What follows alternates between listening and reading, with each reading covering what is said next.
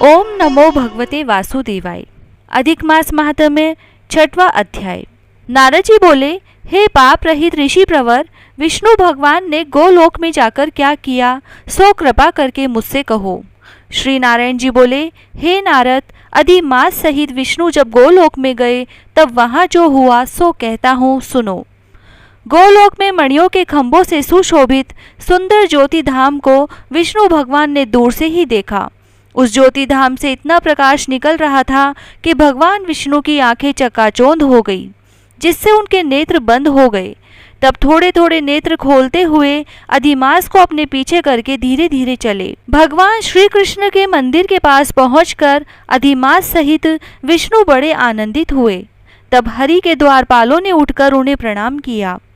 फिर उन्होंने ज्योतिर्मय भगवान के द्वार में अपने मिचे हुए नेत्रों से ही प्रवेश किया और वहां जाकर शीघ्र ही पुरुषोत्तम भगवान श्री कृष्ण को नमस्कार किया।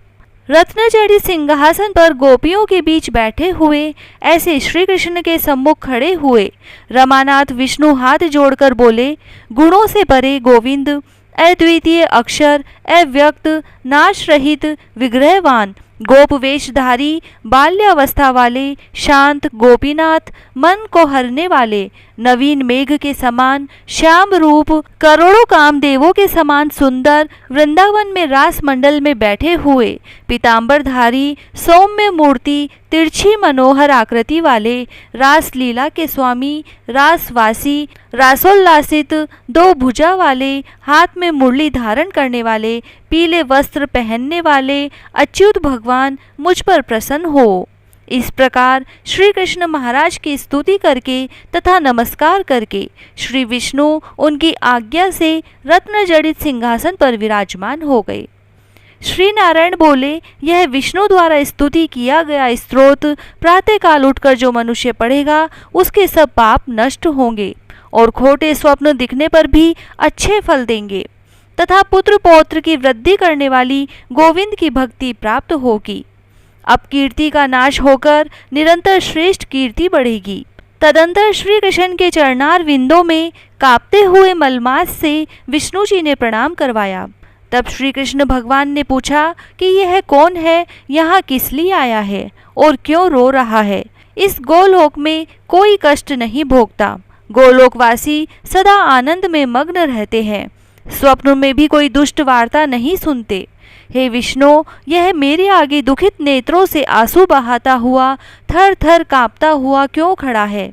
श्री नारायण बोले, नवीन मेघ के समान मनोहर श्याम शरीर वाले गोलोकनाथ के वचन सुन विष्णु भगवान सिंहासन से उठकर आदि से लेकर अंत तक मलमास के दुख सुनाने लगे।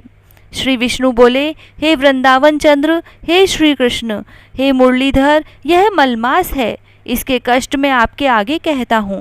इसका कोई अधीश्वर नहीं है, इस कारण इसे मैं यहाँ ले आया हूँ।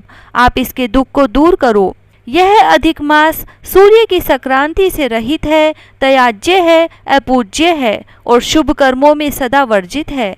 स्वामी रहित होने से इस मास में स्नान दान नहीं करने से सभी वनस्पतियों, लताओं, 12 महीनों, कलाओं, काष्ठाओं, क्षणों, उत्तरायण, दक्षिणायन, संवत्सरों आदि ने अपने अपने स्वामियों के गर्व के बल पर इसका अत्यंत अपमान किया है।